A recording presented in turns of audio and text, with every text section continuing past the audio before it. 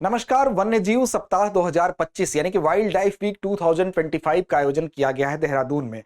और यहीं पर एक समारोह के माध्यम से ही 5 संरक्षण से संबंधित राष्ट्रीय योजनाओं का भी शुभारंभ किया गया। तो आज की हमारी चर्चा इसी विषय पर केंद्रित होगी।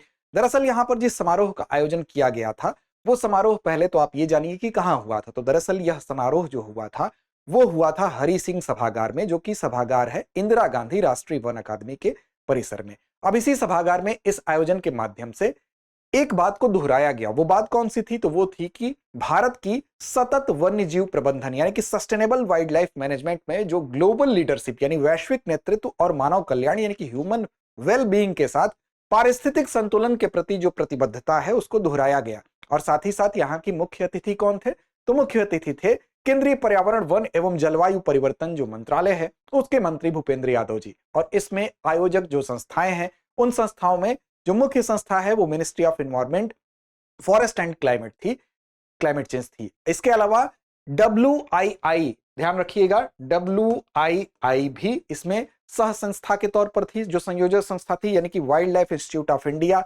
ICFRE भी थी, ICFRE भी थी। इसके अलावा ICFRE यानी कि Indian council of forestry research and education के अलावा IGNFA भी इसमें थी, जिसके परिसर में आयोजन ही हुआ था। Indira Gandhi national forest academy FRI भी थी। ये संस्थाएं क्या थी? ये इसकी सह संयोजक संस्थाएं थी, यानी कि फॉरेस्ट रिसर्च इंस्टीट्यूट भी इसमें शामिल था। अब देखिए, यहां पर जो 5 प्रोजेक्ट की शुरुआत हुई उस विषय पर भी हम बात करेंगे। और ये सभी जो यहाँ की थीम थी, जिस विषय पर यहाँ पर कार्य हुआ, वो प्रधानमंत्री द्वारा 7वीं राष्ट्रीय वन्यजीव बोर्ड यानी NBWL की जो बैठक हुई थी, उसमें जो दृष्टिकोण व्यक्त किया गया था उसी पर आधारित थी। अब आइए देखते हैं वो 5 प्रमुख परियोजनाएं जो शुरू की गई हैं। उससे पहले आप जान लीजिए इसकी थीम क्या थी। तो मानव वन्यजीव सह अस्तित्व यानी कि ह्यूमन वाइल्ड लाइफ को एग्जिस्टेंस इसकी थीम थी। और ये देहरादून में इस समारोह का आयोजन किया गया था। अब इसमें 5 प्रमुख जो परियोजनाएं हैं उस पर बात करेंगे। तो प्रजाति संरक्षण पर 5 नई राष्ट्रीय परियोजनाओं की शुरुआत हुई है, जिसमें पहला है प्रोजेक्ट डॉल्फिन का चरण 2।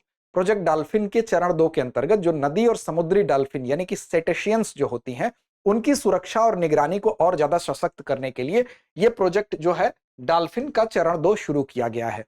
अब आपको बता दें कि जो सेटेशियंस होते हैं बेसिकली समुद्र और नदियों में रहने वाले मछली जैसे बड़े जीव, जैसे कि डॉल्फिन भी होता है, इसमें वेल भी होती है। अब इसका चरण 1 कब शुरू हुआ था? तो 2019 में प्रधानमंत्री की अध्यक्षता में जो राष्ट्रीय गंगा परिषद थी उसकी जो पहली बैठक हुई थी, उसी में इसको सैद्धांतिक मंजूरी दी गई थी।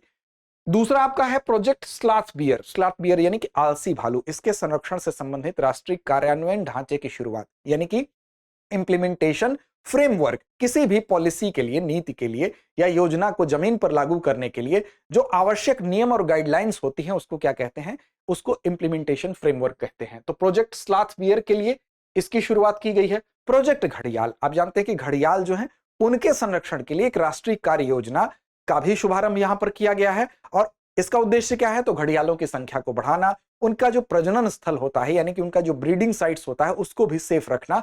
इस योजना को प्रोजेक्ट घड़ियाल के माध्यम से शुरू किया गया, उसका शुभारंभ किया गया है। चौथा है आपका मानव वन्यजीव संघर्ष प्रबंधन हेतु एक उत्कृष्टता केंद्र भी खोला गया है। कहां पर खोला गया है? तो यह खोला गया है SACON यानी कि जो सलीम अली सेंटर फॉर आप ऑर्निथोलॉजी है एंड नेचुरल हिस्ट्री, वहीं पर इसको स्थापित किया गया है। क्या स्थापित किया गया है? तो मानव वन्यजीव संघर्ष प्रबंधन के लिए उत्कृष्टता केंद्र स्थापित किया गया है। फिर टाइगर रिजर्व के बाहर बाघ संरक्षण की भी जो पहल है उसको भी किया गया है, यानी कि जो संरक्षित क्षेत्र होते हैं उसके बाहर भी बाघ और मानवों के बीच में जो संघर्ष है उसको कम से कम किया जाए और बाघ का संरक्षण भी हो, संघर्ष भी कम हो। कैसे होगा? तो इसमें समुदाय की भागीदारी को बढ़ाया जाए, तकनीकी और नवाचार की सहायता ली जाए और यहां पर अन्य योजनाओं को भी लागू किया जाए। इसके अलावा जो मानव वन्यजीव संघर्ष है उस पर यहीं पर एक राष्ट्रीय हैकाथॉन भी आयोजित किया गया, जिसका विषय था सह अस्तित्व के लिए नवाचार, यानी कि बाघ और मनुष्यों के साथ रहने के लिए नवाचार कैसे उपयोगी हो सकता है। इसी थीम पर आधारित यह हैकाथॉन था, जिसमें कि प्रतिभागी की बात करें तो कुल 20 राज्यों और केंद्र शासित प्रदेशों के 75 संस्थानों के लगभग कितने लोगों ने भाग लिया? तो लगभग 420 लोगों ने इसमें हिस्सेदारी की, अपने आइडियाज को शेयर किया। अब इसके अलावा अगर बात करें तो प्रजाति संरक्षण पर 5 नई परियोजनाओं के अलावा राष्ट्रीय स्तर के जनसंख्या आकलन करने के लिए और निगरानी के लिए कार्यक्रम भी यहां पर कुछ चलाए गए, उस पर भी एक नजर डालते हैं। जैसे जो डॉल्फिन होती है, नदी डॉल्फिन है और अन्य सेटेशियंस जो होते हैं, उसकी दूसरी गणना का चक्र, उसके लिए भी एक फील्ड गाइड जारी किया गया है, यानी कि जिसके आधार पर नए आंकड़े होंगे वो जारी किया गया है। ऑल इंडिया टाइगर एस्टिमेशन, इसका चक्र 6, यानी कि टाइगर का क्या संख्या है उसके लिए एस्टिमेशन, उसका चक्र 6 साइकिल्स से शुरू किया गया है। 8 क्षेत्रीय भाषाओं में इसके लिए भी फील्ड गाइड प्रकाशित किया गया है। इसी तरह से हिम तेंदुआ के लिए दूसरी जनगणना चक्र के लिए भी कार्य योजना प्रस्तुत की गई है। इसी तरह से ग्रेट इंडियन बस्टर्ड और लेसर फ्लोरिकन की जनसंख्या आकलन पर भी प्रगति रिपोर्ट यहां पर दी गई है। तो कुल मिलाकर हम ये कह सकते हैं, जैसे जीआईबी की बात कर ले, ये सारे ही जो हैं वो किस कैटेगरी में आते हैं, तो कहीं ना कहीं इनके अस्तित्व पर संकट है। जैसे कि जीआईबी की बात कर ले तो क्रिटिकली इंडेंजर्ड श्रेणी में वो पहले से आती है, यानी कि ग्रेट इंडियन बस्टर्ड की बात हो रही है। लेसर फ्लोरिकन की बात कर ले तो बस्टर्ड परिवार का सबसे छोटा पक्षी होता है। इसकी आबादी अगर आप देखेंगे तो 2000 से लेकर 2018 के बीच में ही, यानी कि लगभग 18 वर्षों में ही आप देखेंगे 80% इसकी आबादी में कमी आई है। तो इसका मतलब इनके लिए भी फिर से इनके लिए गणना की जाएगी, राष्ट्रीय स्तर की जनसंख्या का आकलन किया जाएगा और इनके लिए निगरानी कार्यक्रम भी चलाया गया है इस जगह से। तो ये है आपका फिलहाल जो आपका वाइल्ड लाइफ वीक मनाया गया है 2025 का, उसके अंतर्गत की मुख्य बातें। अब बात करते हैं अभ्यास प्रश्न की। वन्यजीव सप्ताह 2025 का मुख्य विषय क्या था? विकल्प आपके सामने है। Climate change adaptation, human wild life coexistence, forest plantation या वाइल्ड लाइफ पोचिंग प्रिवेंशन। तो इसका सही जवाब कमेंट बॉक्स में देना ना भूलें। लड़ते रहें, अपने लक्ष्य की ओर बढ़ते रहें। अब एग्जाम की तैयारी को और बेहतर करने के लिए हमारे चैनल को लाइक, शेयर और सब्सक्राइब करना ना भूलें।